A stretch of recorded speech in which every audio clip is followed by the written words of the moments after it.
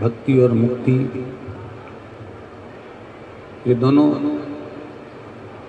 एक अलग अलग विषय हैं। हम जब भक्ति के पथ पर चलते हैं, हम जब भक्ति के पथ पर चलते हैं तो मुक्ति का मार्ग अपने आप प्रशस्त हो जाता है। और ये मुक्ति के मार्ग पर या मुक्ति को ढूंढने के लिए आपको कहीं जाने की जरूरत नहीं है। शिव महापुराण की कथा कहती है कि भक्ति के मार्ग को जिसने पकड़ कर रखा है, भक्ति के मार्ग को जिसने संजो कर रखा है, भक्ति के मार्ग को जो पकड़ कर रख लेता है, उसका मुक्ति का मार्ग अपने आप खुल जाता है और वो मुक्ति के मार्ग पर चलकर भव सागर से पार उतर जाता है।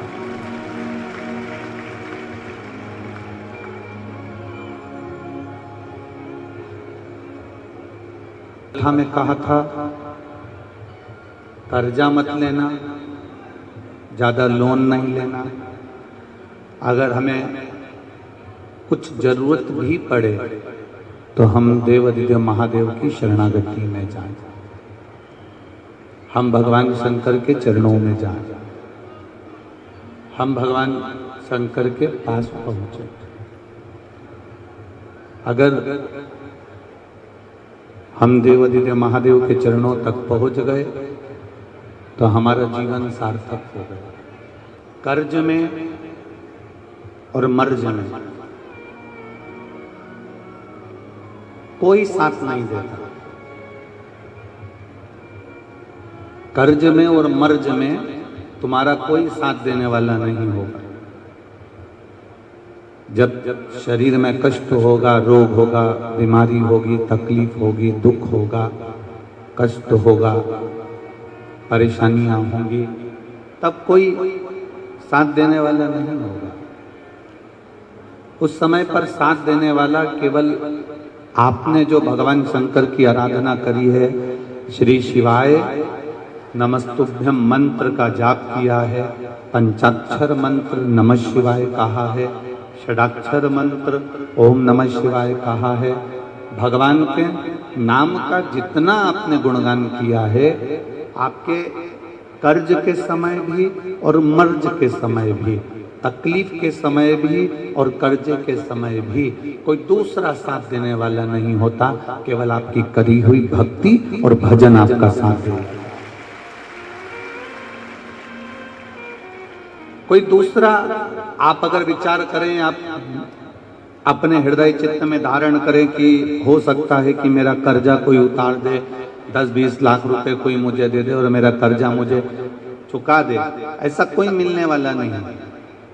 तुम्हारे सगे भी जितने अपने होंगे वो भी तुमको कर्जा चुकाने के लिए कुछ देने वाले नहीं होंगे। और यहाँ जितने बैठे हैं इन्होंने बहुत धक्के खाए होंगे। ऐसा नहीं कि कथा केवल महाराज जी कह दिए और आप लोगों ने श्रवण कर लिया, आपने अपनी जिंदगी में भी उतारा होगा। दुख की घड़ी में, तकलीफ की घड़ी में, कष्ट की घड़ी में, रोग की घड़ी में, हमारे जीवन के दुख, तकलीफ, कष्ट, कर्ज या मर्ज के समय पर हमने पूरे परिवार, कुटुंब, कबीले, नातेदार, रिश्तेदार, अपनों से बात भी करी पर कोई साथ देने वाला नहीं था। आखिरी में अपन ने छोड़ दिया और परमात्मा पर छोड़ा, तब परमात्मा ने साथ देकर वो कार्य सफल कर।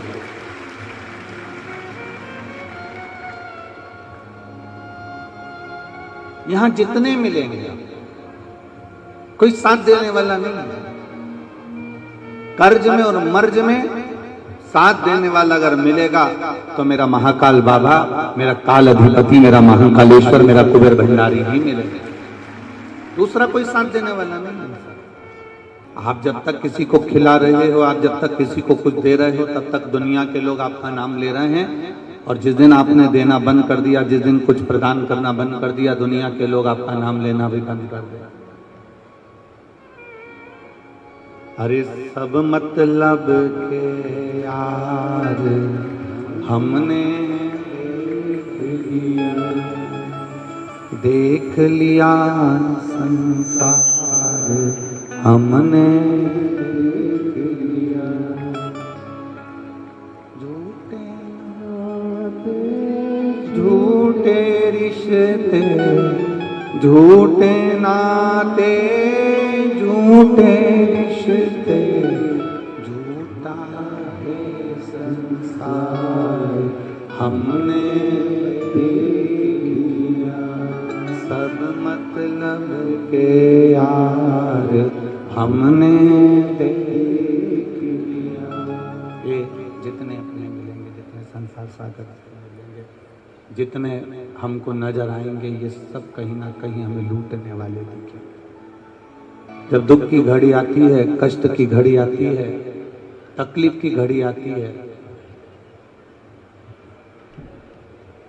तब धक्के खाने के बाद कोई नजर आए ना, कोई दिखे ना दिखे, उस समय पर केवल एक नजर आता है जिसको तुमने एक लोटा जल समर्पित करा है, जिसकी तुमने पूजन करी है, जिसकी तुमने आराधना करी है, जिसका तुमने भजन किया है, बस वही सामने नजर आएगा, वही तुम्हारे सम्मुख में दिखेगा, वही तुम्हारे सामने दिखेगा। उसके सिवाय कोई तुमको नजर नहीं आएगा। आप कितने बड़े तैरने वाले हो, आप कितने बड़े भी तैरक हो, आप कितने बड़े भी गोताखोर हो, आप कितने बड़े भी तैरक क्यों ना हो महाराज, और कितने बड़े भी गोताखोर क्यों ना हो, पर महासागर की लहरों से आप बाहर नहीं निकल सकते। महासागर की लहरों से आप निकल नहीं पाओगे।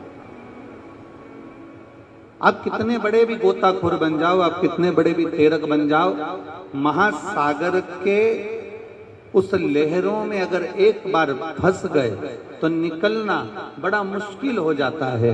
तब उस महासागर से निकलने के लिए हेलीकॉप्टर भेजा जाता है, और उस हेलीकॉप्टर से रस्सी को नीचे लटकाया जाता है, और लटकाकर उस फंसे हुए व्यक्ति को महासागर से बाहर निकाला जाता है। जैसे महासागर में अच्छा अच्छा तैरक, अच्छा अच्छा गोताखोर भी फंस जाता है और वो बिना हेलीकॉप्टर के निकल नहीं पाता है, उसी तरह संसार सागर में आने के बाद अच्छे से अच्छा विद्वान भी फंस जाता है और शंकर के भजन से वो पार उतर जाता है। ऐसा नहीं कि संसार सागर में आने के बाद आप फंसोगे नहीं, संसार सागर में जन्म लेने के बाद आप उसमें समाहित नहीं होगे, फंसोगे नहीं। इस संसार सागर में जन्म लेने के बाद ऐसा कोई मानव जन्मा ही नहीं जो ना फंसा।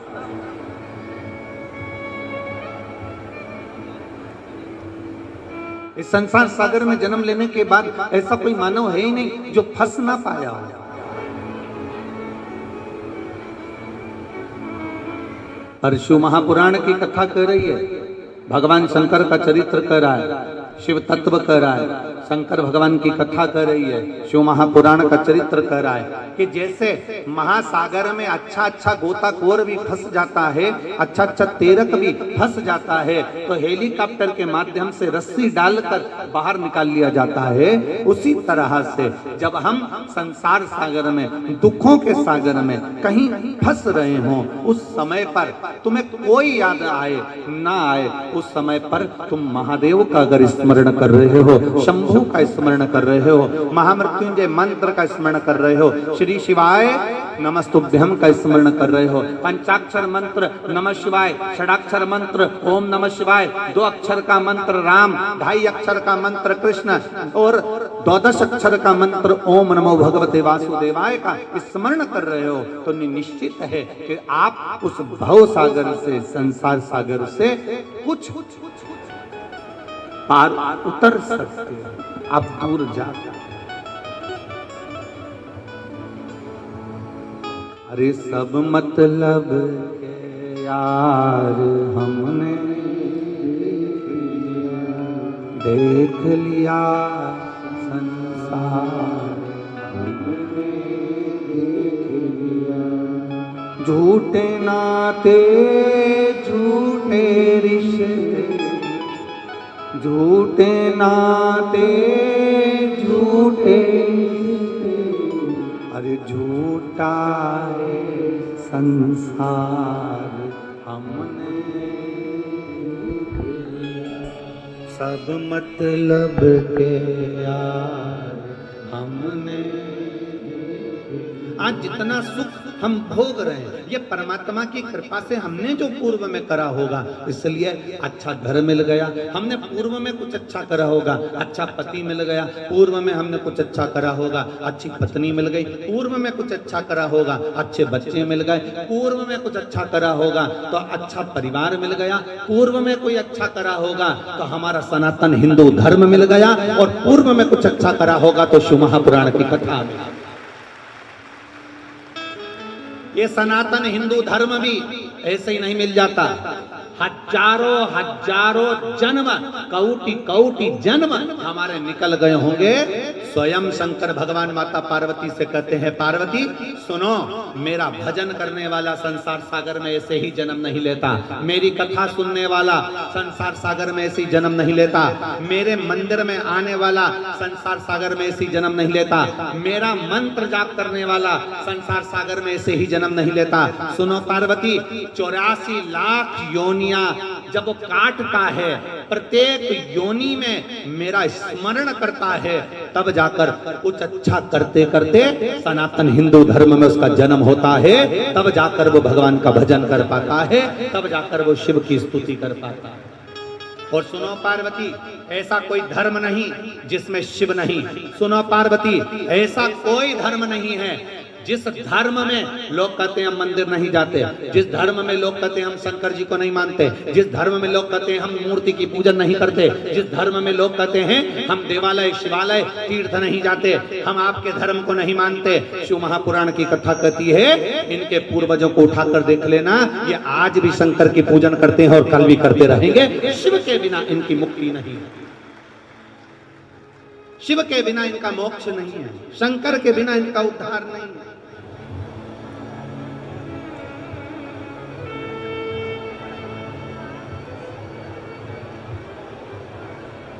शिव के बिना किसकी मुक्ति? एक बार जरा ध्यान दीजिएगा, आपको अगर मान लो मरने के बाद शमशान में छोड़कर आ गए, और शमशान में छोड़कर आने के बाद में आपके साथ में कौन है? जिंदा हो जब तक तो आपके साथ में आपका पति है, पत्नी है, बच्चे हैं, दादा है, दादी है, पोता है, पोती है, कुटुंब है, कबीला है, रिश्ते हैं, नाते हैं, अड़ोसी है, पड़ोसी है, बुआ है, फूफा है, मामा है, मामी है, जीजी है, जीजा है, काका है, काकी है, ये सारे संबंध हमारे जीते जी। आप में से कितने लोग हैं जिन्होंने देखा हो कि किसी के मरने के बाद जब उसको शमशान छोड़कर आते हैं, किसी के मरने के बाद उसको आग लगा कर आते हैं, तो ऐसा कौन रिश्तेदार है जो शमशान में अपने पहचान वाले को छोड़कर 1 मिनट भी नहीं आता हो? ऐसा किसी का रिश्तेदार हो तो जरूर बताना, परंतु ऐसा रिश्तेदार संसार सागर में केवल एक है, वो मेरा देव अधिदेव महादेव, जो तुम्हारे जीते जी भी है और तुम्हारे मरने के बाद।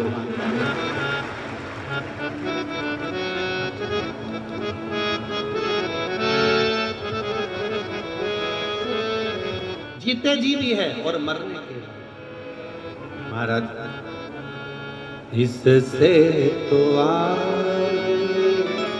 भजन ही है सारी, भजन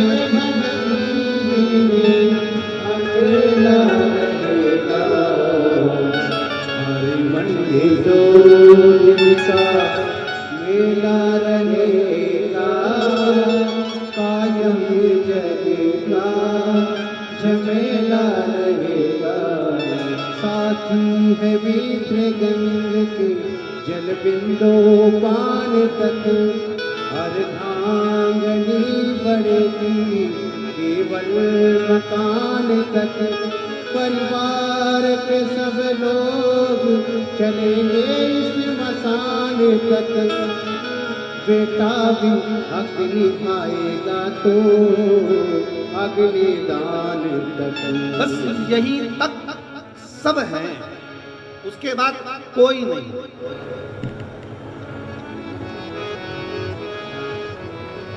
आपसे एक प्रश्न करना चाहता हूं भोपाल की इस पावन धरा पर। आज तक ये प्रश्न किसी से नहीं किया, जवाब दोगे क्या? अरे बोलो तो जम के।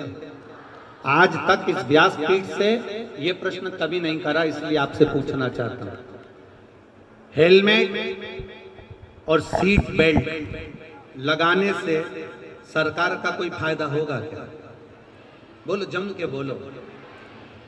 नहीं। किसका फायदा होगा?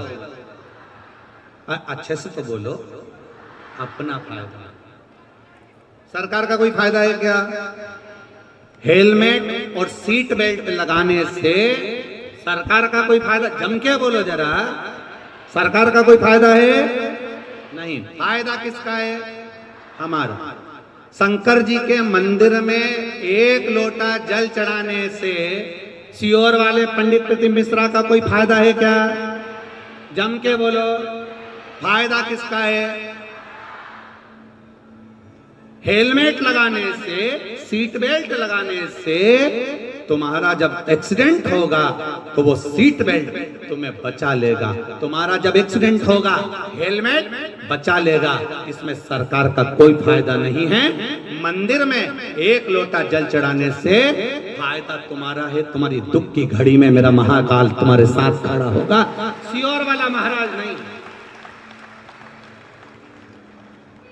तुम्हारे जल चढ़ाने से सीहोर वाले महाराज का कोई फायदा नहीं है। तुम्हारे जल चढ़ाने से सीहोर वाले महाराज प्रदीप मिश्रा का कोई फायदा नहीं है। ये मत सोचना कि पंडित प्रदीप मिश्रा का कोई फायदा है। तुम जल चढ़ाओगे तो प्रदीप मिश्रा को कहीं से 1 रुपया मिल जाएगा, तुम्हारे जल चढ़ाने से चवन्नी मिल जाएगी, तुम्हारे जल चढ़ाने से अठन्नी मिल जाएगी। ना ना ना, हेलमेट लगाने से सरकार तुम पर बार बार प्रेशर देती है, 200 रुपए का कूपन काट देती है, रसीद काट देती है, हेलमेट लगाओ, हेलमेट लगाओ, सीट बेल्ट लगाओ। क्यों? सरकार का कोई फायदा नहीं है। सरकार का केवल इतना सा कहना है कि तुम हमारे प्रदेश में रह रहे हो, हमारे देश में रह रहे हो, जब तक तुम रहो हमारे प्रदेश में, हमारे देश में, तब तक तुम सुखी रहो, स्वस्थ रहो। इसलिए तुमको सीट बेल्ट लगाना चाहिए, हेलमेट लगाना चाहिए। और हम भी केवल इतना सा चाहते हैं, जब तक मृत्यु लोक में रहो, तुम्हारे जीवन में अगर दुख आए तो 1 लोटा जल शिव जी के मंदिर में चढ़ाते रहो। इसमें सीहोर वाले महाराज का कोई फायदा नहीं, इसमें तुम्हारा फायदा है। तुम्हारे दुख की घड़ी में कालाधिपति मेरा कुबेरेश्वर महादेव खड़ा मिलेगा, वो परमात्मा मिलेगा।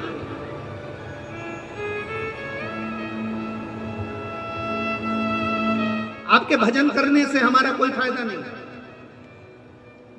आपके स्मरण करने से हमारा कोई फायदा नहीं है। आपके भजन करने से आपका फायदा है, आपके मंदिर जाने से आपका फायदा है, शंकर जी को 1 लोटा जल चढ़ाने से आपका फायदा है, शंकर जी का पशुपति व्रत करने से आपको फायदा है। हमारा कोई लाभ नहीं है, लाभ तुम्हारा। देखो, एक पत्र में आया, एक पत्र में किसी ने लिखा,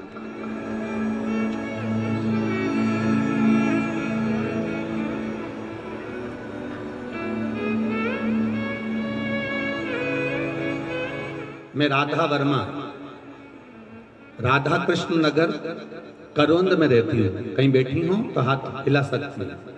मैं राधा वर्मा। पत्र में उन्होंने लिखा, मैं 10/2/2022 को मैंने सोनोग्राफी कराई और डॉक्टर ने कहा कि तुम्हारे गर्भ में जो बच्चा है इसकी किडनी नहीं है, इसकी किडनी नहीं है।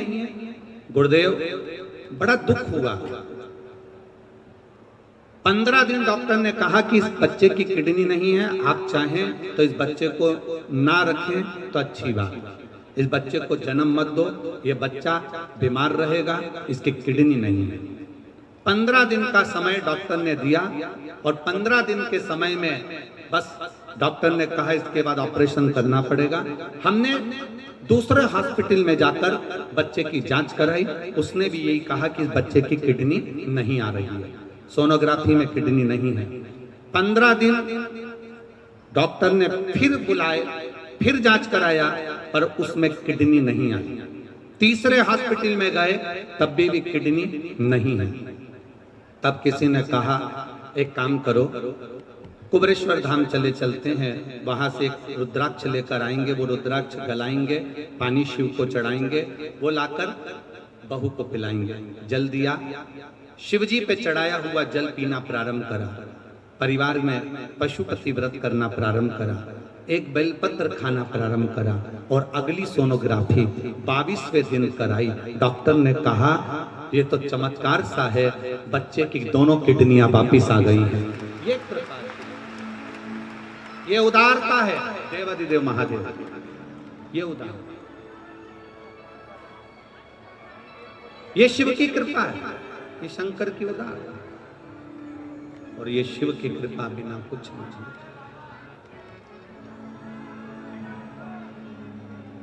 शिव की कृपा बिना कुछ नहीं।